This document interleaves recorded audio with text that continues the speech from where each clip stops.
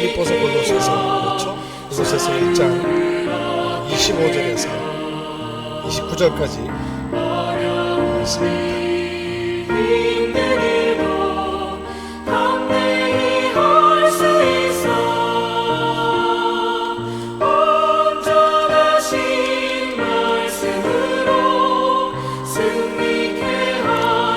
에서 29절 말씀 교독해서 제가 한 절을 읽고 같이 한 절 읽어주시는데 이걸 좀 놓고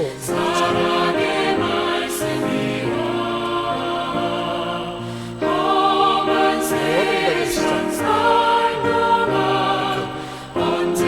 가지고 시작 창세기 1장 26절 우리가 우리 형상을 따라서 사람을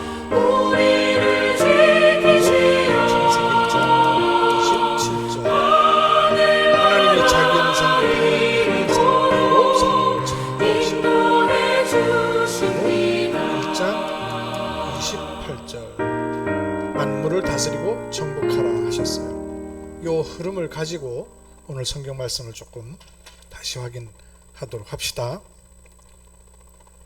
1장 25절부터 제가 읽습니다. 내가 교회의 일꾼 된 것은 하나님이 너희를 위해서 내게 주신 직분을 따라 하나님의 말씀을 이루려 함이라.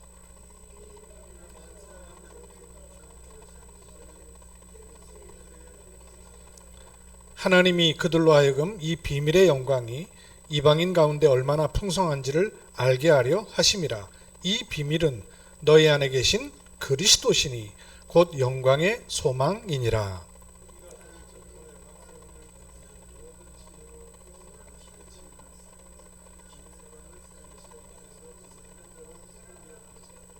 같이 읽습니다. 이를 위하여 나도 내 속에서 능력으로 역사하시는 이의 역사를 따라 힘을 다하여 수고하노라. 아멘. 자, 바울이 뭐라 그랬냐면 내가 교회의 일꾼 된 것은 그랬고요. 하나님이 너희를 위해서 내게 주신 직분을 따라 하나님의 말씀을 이루려 함이니라 이랬습니다. 바울이 교회의 일꾼이 된 직분을 가졌다 그랬어요. 그 직분은 번호로 할게요. 1번, 2번, 3번. 어디에 해당될까요?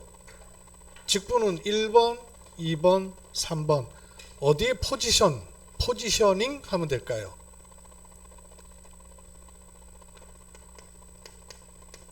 직분. 세상에서 주는 게 아니에요. 그렇다고 하늘 동네에 있는 것도 아니에요. 하나님의 것과 세상을 연결하는 것이 직분이에요. 그렇죠? 이 직분을 주신 이유가 뭐라고요? 하나님과 하나님의 말씀을 어디다가 드러내시는 거 하니? 하나님이 너희를 위하여 그랬어요. 이 너희가 누구겠습니까? 교회, 성도들이죠. 이렇게 주셨다는 거예요. 그런데 이 직분이 하나님의 말씀을 이루게 한다 그랬어요. 근데 이 비밀은 만세와 만대로부터 감추어졌던 것이다 그랬어요. 만세와 만대로부터 이 하나님 말씀은 만세와 만대로부터 감추었던 것이란 말이에요. 그래서 이게 직분이 비밀이에요. 감추었던 것이 성도들에게 나타나도록 하기 위해서 직분을 주셨다는 거예요. 그리고 이 비밀의 영광이 이방인 가운데 얼마나 풍성한지를 알게 하려 하심이라. 내게 이게 흐름이죠. 하나님은 하나님 형상을 주시고 하나님 형상으로 만물을 다스리면 만물로 그 하나님의 축복을 누리게 되고 하나님께 예배할 수 있는 흐름이 나온단 말이에요. 이것처럼 내게 이런 흐름이 나오면 이런 흐름은 어디까지 간다고요? 이방인 237 5천 종족에까지 간다 그 말이죠. 그리고 얼마나 풍성한지를 알게 하려 하심이라. 이 비밀은 너희 안에 계신 누구라고요? 그리스도시니 영광의 소망이니라. 이 하나님의 말씀은 영광입니다.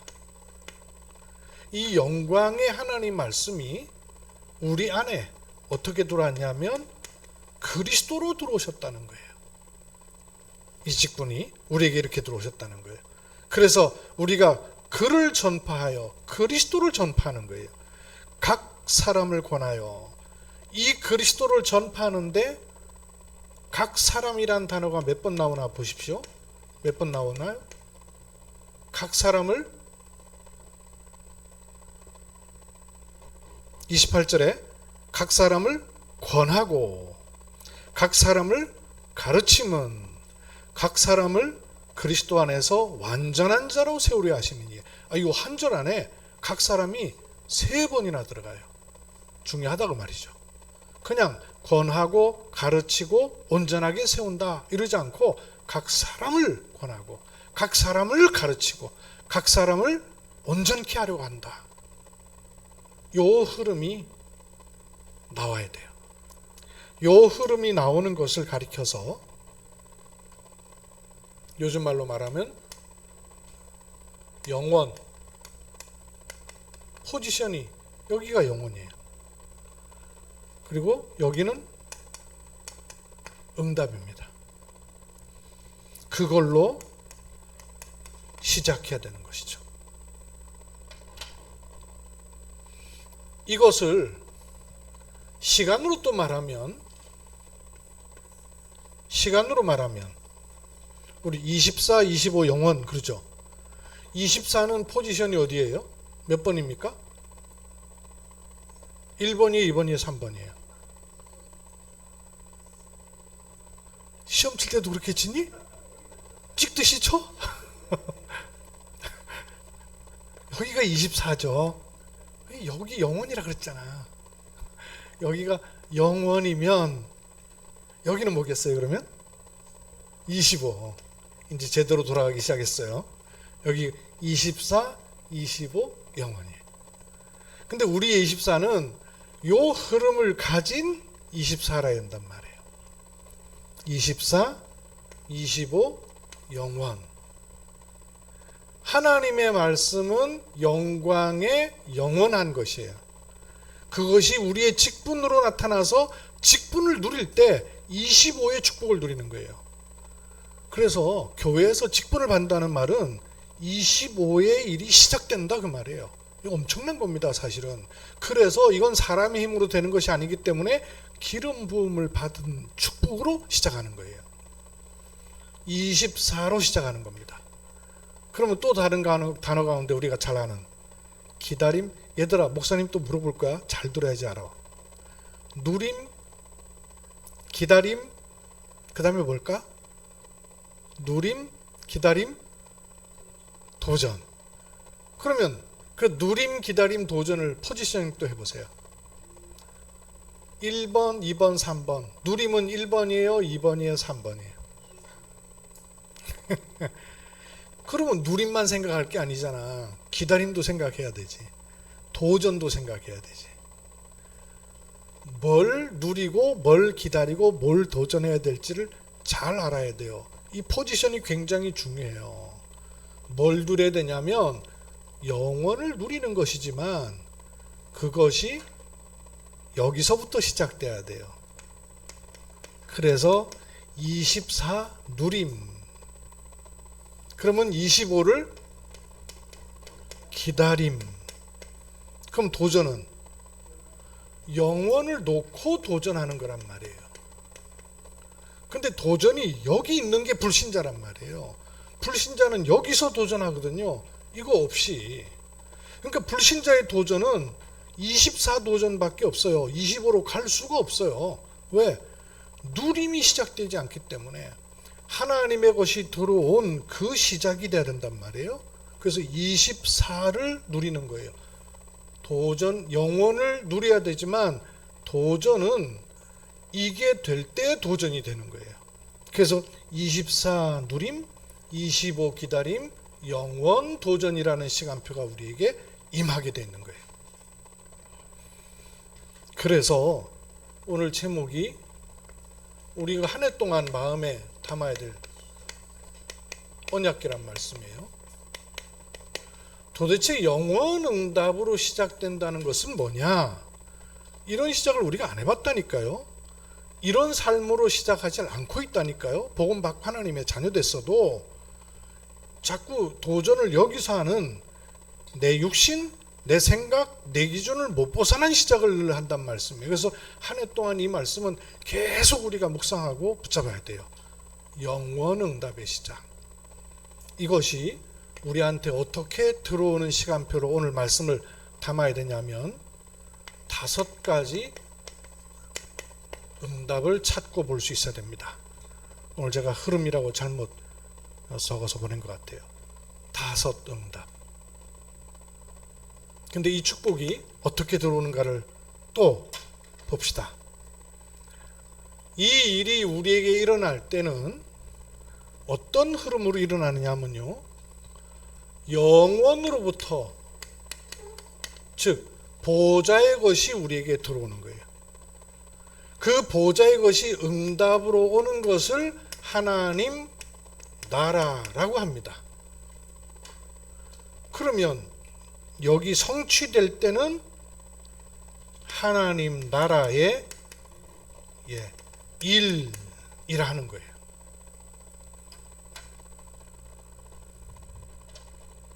그래서 이 영원응답의 시작이 보좌로부터 시작이 돼서 하나님 나라라는 응답으로 와서 성취는 하나님 나라의 일로 드러나는 겁니다. 이걸 마음에 딱 묵상을 하면 좋겠는데요. 오늘 박경자 장로님 기도하는 거 보고 내가 깜짝 놀랐네요. 오늘 내가 메시지 할 거를 다 기도를 하시더라고요. 저분이 메시지를 흐름을 잘 타고 계셔서 그런가, 아니면 성령이 없어서 그런가, 아니면 내가 교회에서 강단에서 말씀을 잘 전해서 그랬나. 아니지, 이것도 틀린 말이지. 내가 헷갈리더라고요. 헷갈리는 게 은혜가 되더라고요. 영원응답의 시작은 5 응답을 가지고 확인할 수 있는 이유가 뭐냐 하면요, 이 5 응답의 가장 바탕이 되는 근원은 어디서 오느냐? 보좌에서부터 오는 겁니다. 그렇겠죠? 그러면 요 5 응답의 흐름은 하나님 나라를 알고 누릴 때 오는 겁니다. 그러면 어떻게 하나님 나라의 일로 나타나냐면 5 응답의 성취가 있는 거예요. 이걸 우리가 볼 수 있는 눈이 있어야 되고 그 말씀을 가지고 있어야 돼요. 그러면 5 응답이 뭔가? 이 5 응답을 영원 응답의 시작을 하려면 24를 바꿔야 된단 말이에요. 근데 이 24를 바꾸는 게 뭐냐? 5 응답 속에 있는 게 24라 그랬어요. 24시간이 아니고요. 내가 24 할 수 있다는 말은 5 응답에 내가 어디에 있는가를 늘 확인하는 것을 24라는 겁니다. 그래서 5 응답을 저는 이렇게 표현을 한 겁니다. 어떻게 오기 시작하냐면 제일 먼저는 3 오늘부터 시작돼요. 3 오늘이 뭐죠? 수진아, 3 오늘이 뭐예요? 응? 3 오늘이 뭐예요? 오늘의 말씀, 오늘의 기도, 오늘의 전도, 오늘의 말씀, 오늘의 기도, 오늘의 전도. 요 속에 나와 나의 현장이 있어야 되죠. 그렇죠? 성삼위 하나님의 은혜 속에 나의 현장이 있어야 돼요. 그래야 만물을 다스릴 수 있단 말씀이에요.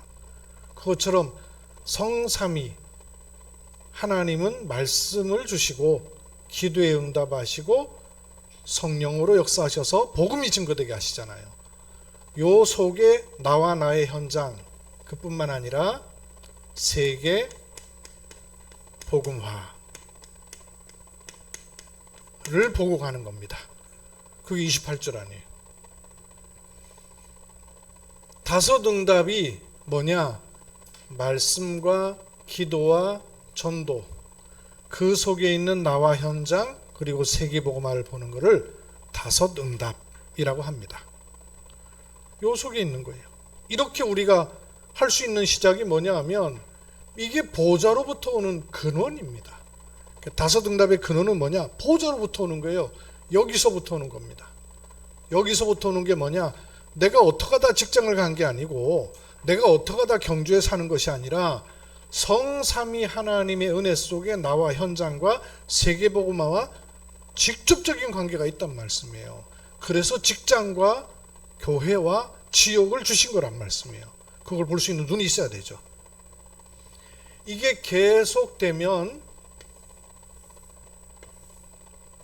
수연아, 3오늘이 계속되면 뭐가 나올까? 그 다음에 3오늘이 계속되면, 그렇지,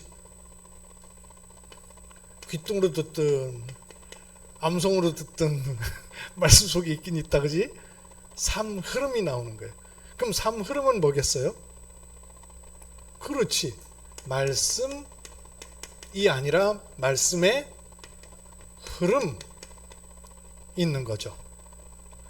기도가 아니라 기도에 응답되는 흐름 속에 있어야 되는 거죠. 하나님이 행하시는 전도의 흐름 속에 있어야 되는 거예요. 요 속에 나와 나의 현장에 역시 흐름을 볼 수 있어야 되는 거죠. 그러면서 어디까지 봐야 될까요? 어디까지 봐야 됩니까? 세계 복음화의 흐름을 보는 것이 응답입니다. 이럴 때 하나님의 나라가 임하는 거예요. 이게 계속되면, 3오늘이 계속되면 3 흐름이 찾아지고, 이게 또 계속되면 뭐가 될까요? 수연아, 또 얘기해봐. 3오늘이 계속되면 3 흐름이 나올 것이고, 3 흐름을 계속 타면 여기는 뭐가 나올까? 3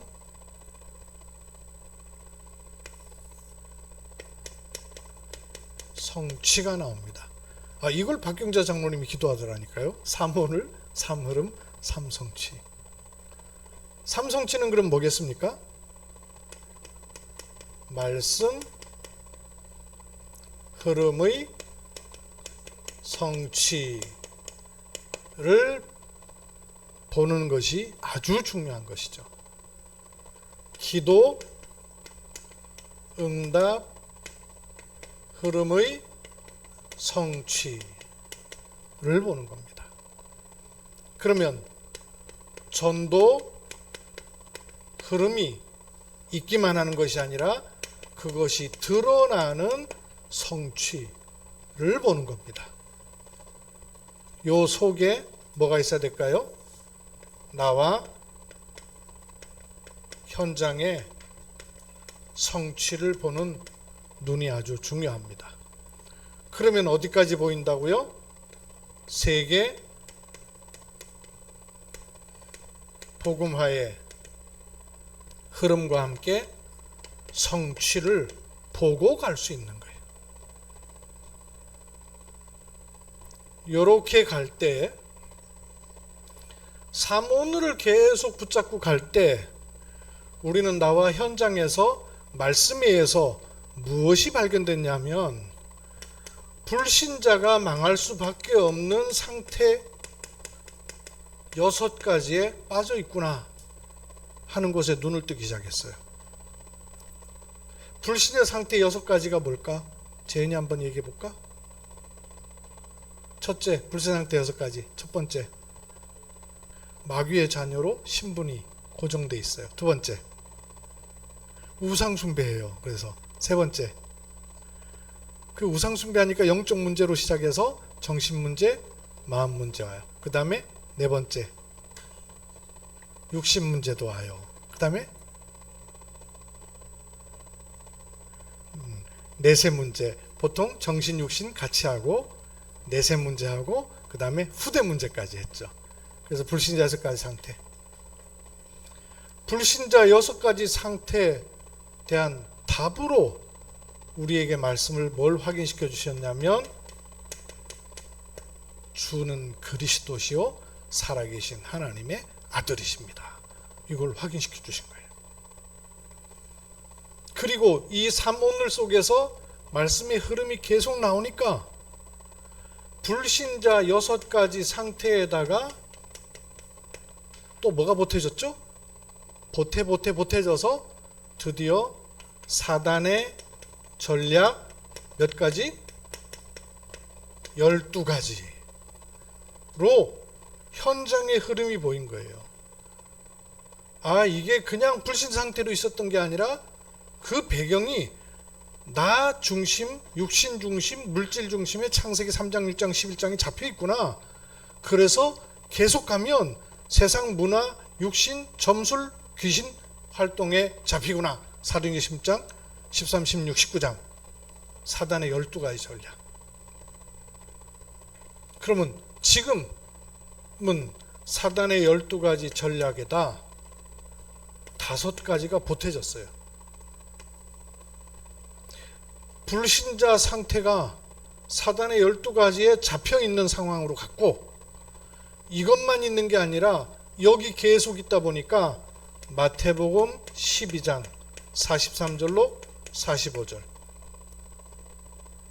비우고 소재하고 수리하는데 결국은 7귀신이 더 찾아 들어오는 거예요. 종교예요. 이렇게 되니까 이걸로 또 끝나지 않고 고린도 후서 10장 4절 5절 사단이 아예 요새를 만들어 버렸다 그랬어요.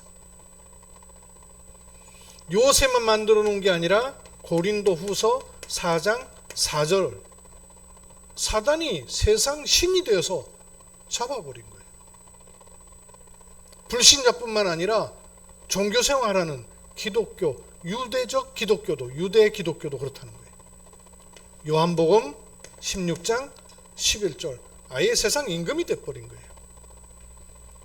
그뿐만 아니라 복음을 듣고 복음을 갖고 복음을 따라가는 제자들 가운데도 이 테두리를 못 벗어난 거예요. 갈라디아서 2장 11절에서 20절 이래서 완전히 율법을 못 벗어나고 복음 쪽으로 갈 수가 없는 거예요. 요 5가지가 진단이 보태졌다고 말해요. 말씀 안에서 불신자 상태에 대한 답으로 그리스도의 복음이 나왔어요. 말씀의 흐름이 나오면서는 불신자가 잡혀있는 사단의 전략에 잡혀있을 뿐만 아니라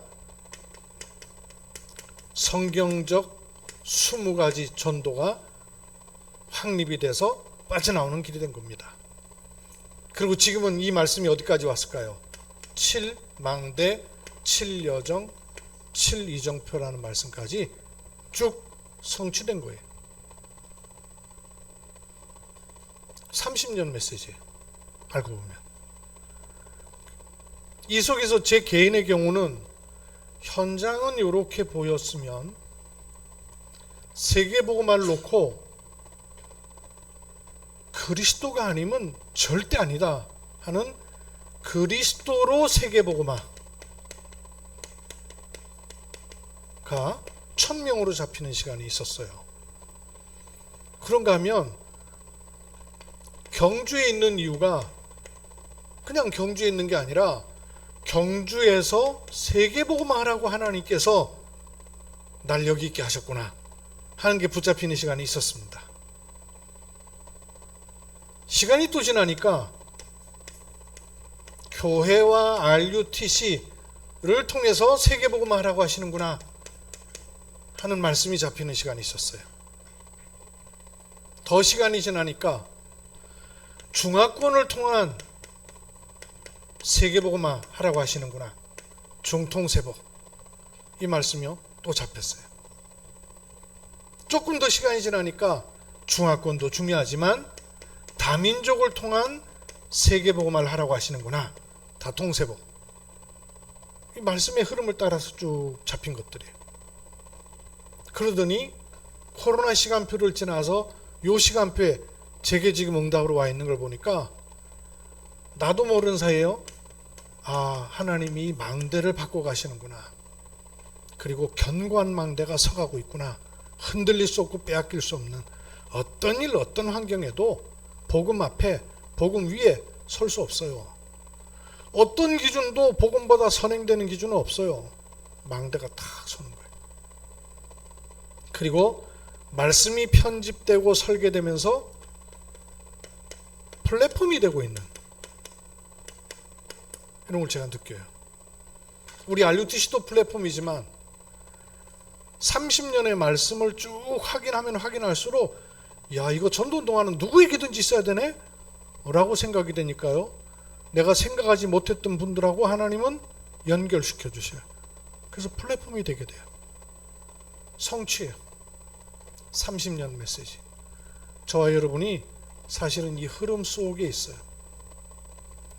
24를 바꾸는 것이 전환점입니다. 그거 안 되면 다른 건 안 되게 돼 있어요. 그럼 24를 바꾸는 길은 뭐냐? 5 응답 속에 나는 얼마나 어디에 어떻게 있느냐 하는 거란 말이에요. 그거를 해도 되는 근원적 원리가 뭐냐? 5 응답의 근원은 보좌로부터 오는 것이란 말이에요. 삼원을 기도 수업 그냥 하는 게 아니라 이거는 보좌로부터 오는 걸 끌어당기는 축복이에요. 보좌의 것이 하나님의 나라로 들어오는 겁니다. 그게 어떻게 들어오냐?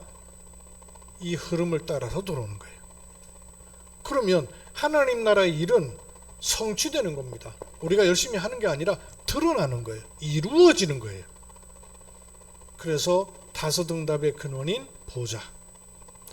닫혀 있지 않습니다. 불신자는 보좌가 닫혀 있잖아요. 불신자는 하나님 나라도 닫혀 있단 말이에요. 그러니까 일만 하는 거예요. 근데 우리에게는 이 보좌로부터 오는 것이 하나님의 나라로 임하고 그 하나님 나라의 일로 시작하는 것이야말로 영원 응답의 시작이 되는 겁니다. 보좌는 5 응답의 근원이요. 하나님 나라는 5 응답의 흐름으로 만들어내고 보좌의 성취는 하나님 나라의 일로 드러나는 겁니다. 이걸 5 응답의 성취로 찾는 거예요. 계속되고 있는 거예요. 그래서 이걸 불신자를 보는 눈으로 그리스도로 주는 안경으로 2 가지 눈을 딱 가지면 세계복음화는 가도록 되어 있는 거예요. 요 속에 저와 여러분이 있는 거예요. 오랜만에 미국에 살던 저희 누나가 이제 왔잖아요. 기존교회 다니잖아요. 근데 제가 대화를 하면서 되게 답답한 거 있죠. 누나보다 매형하고는 아예 대화 자체가 안 되고, 매형하고는 대화가 안 되길래 매형 가기를 기다렸다가 누나하고 어쨌든 대화할 수 있는 시간을 가져야 했는데 제가 시간이 잘 안 나더라고요. 얘기를 잠깐 했어요. 하면서 뭘 느꼈냐면, 우리는 말만 하면, 기도만 하면, 대화만 나누면 세계복음화라는 게 너무나 쉽게 들어와 있잖아요. 어쩌다가 우리가 이런 사람이 돼 있어요? 어쩌다가 이런 사람이 돼 있냐고요. 여러분, 이게 얼마나 기적 같은 얘기인 줄 아세요? 우리는 너무나 쉽게 기도 속에 들어와 있고 내 삶 속에 들어와 있고 내 생각 속에 들어와 있는 세계복음화라는 단어가 일반 신자들 생각할 땐요, 묘연한 얘기예요. 까마득한 얘기예요. 교회가 커져서 선교사님들 몇 분이라 보내면 세계복음화 이런 단어가 기도 속에 조금 들어올 똥말똥 그런 신앙생활이에요.